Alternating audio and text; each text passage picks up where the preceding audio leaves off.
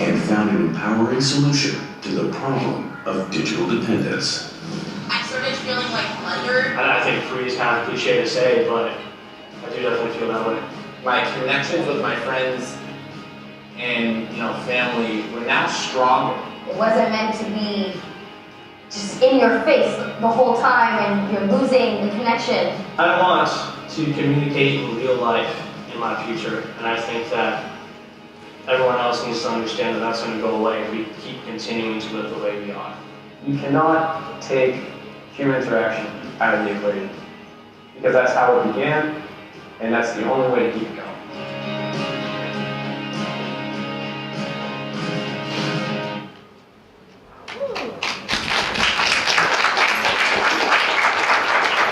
It's Joni.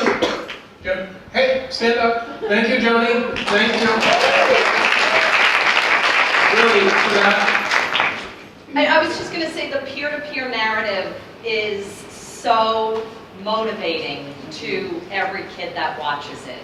Yeah. And we really got away from sort of the finger wagging, it's not good for you kind of thing, to having them being able to say, oh my God, I want to be happier. And Yes. so it's worked.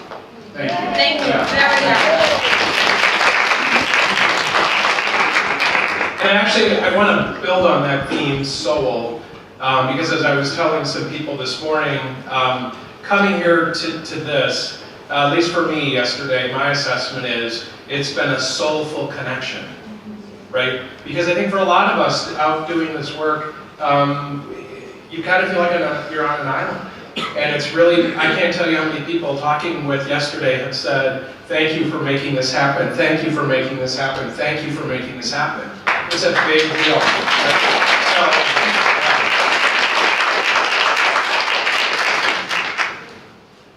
So I want to thank the presenters.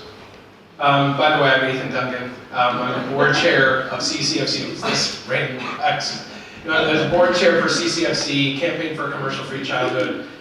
We greatly appreciate you all being here. And having attended a number of conferences in my own kind of professional world, I know the time and energy it takes for the presenters to come and give their best stuff, which is exactly what you've been doing. So thank all of you presenters. Let's acknowledge them.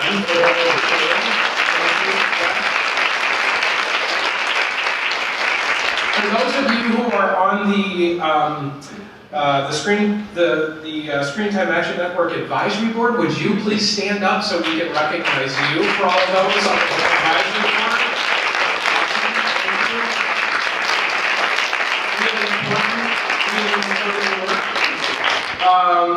I would also like to recognize CCFC board members, some of whom are in attendance, some of whom may not be, but at the conference, Renee, I don't know if Renee's in the room yet this morning. She's on West Coast time, so, but Renee DeSantis and Angelica Velasquez is at Angelica. There she is in the back, wait again, Angelica. Kevin Hefner, I don't know, Kevin was our most recent board chair. Jan Emlin, who's in the room. Jan, a recently retired CCFC board member. Thank you, Jan, for being here. And then I would like to, if you would, all of the CCFC staff, would you come up front, please? Come on, CCFC staff. Marie, where's come on up, come, please. Really. David, Dean, John, Melissa, seriously.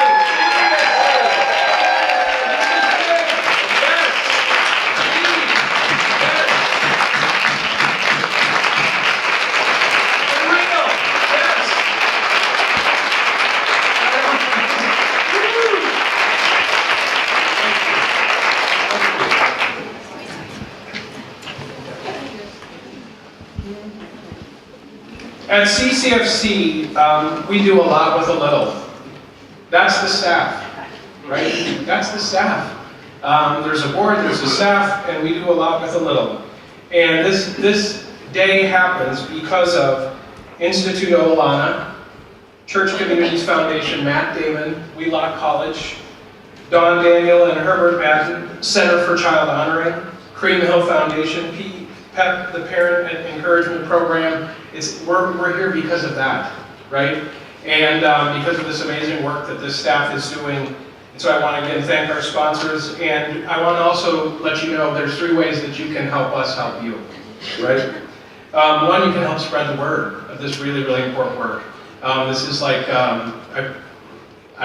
Gene probably doesn't want me to say this, but I'm going to say it anyway, because, you know, Paula, she just brings this out of you, right? So we're walking back, and I said, you know what we should do next year's conference? I'm not saying it's going to, but I'm just saying, we got to do it in Silicon Valley.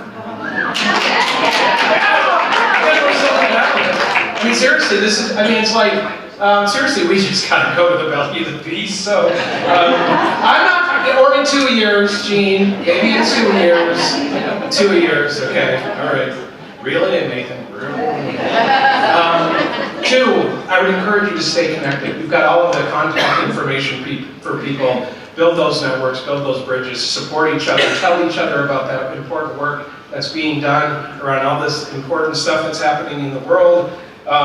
See, I mentioned, you know, this idea of this soulful connection. It is real. It's a thing. And take that energy and kind of move it forward. And lastly, you know, this happens because I know a lot of you in the room are contributors to CCFC, and for that we're deeply grateful. For my wife and I and our daughter, Elsa, I would say, you know, this is one of our top charities that we support because it's just so important. We do a lot with it. So if you haven't been a supporter and you're so moved to do that, that would be incredibly important. And tell others to support the work because it only happens because you're here and because they do, right? And now we have this really great opportunity to introduce this really amazing individual.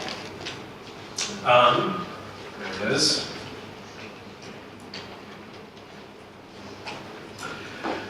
Nancy Carlson Page is just this really, for those of you, many of you I know in the room do know her, and she just exudes warmth. It's just, she's just got this, like, it just radiates this light, which is really incredible. And it's why she's been so incredibly successful at the work that she's done. She's a professor emeritus at Lesley University where she taught teachers. Very noble and important work. Having 2 sisters who are teachers, thank you for that. For more than 30 years, she was a founder of the university's Center for Peaceable Schools. Our daughter goes to a peace school, so that really resonates with me personally. She's a very strong advocate, if you know Nancy, for public education, for social justice, and the well-being of children. And she's authored 5 books and countless articles and op-eds on media and technology, and education reform, and again, peaceable classrooms. She is a co-founder of Defending the Early Years, such important work. They've been a huge collaborator with CCFC. Their work on early childhood is really important. It grounds why we're here. It really helps us remember this is why we do what we do for those early years, right? She also has a weekly spot on Busted Pencils Radio. Check it out. She's done a TED Talk called The Loss of Creativity and Play in Children. Nancy has received numerous awards for her leadership and advocacy in early childhood and peace education. And most importantly, as I discovered, she's the mother of 2, right? And she's the grandmother of 8 young people, ages 2 to 21. And when I asked her, I said, how do you step into this conversation with your grandchildren? She said, we just are in the conversation all the time. We just talk about it. This is important work. And it's, again, a reminder of the role that grandparents can play in the nuttiness of this issue. Because there comes a point in time, as we heard from those 2 wonderful teachers from Virginia yesterday, where the parent switch and the adolescent, it goes from on to off, right? Yes, I'll listen to you. No, I won't. And grandparents have this really meaningful role to play in that. So please join me in welcoming Nancy Carlson.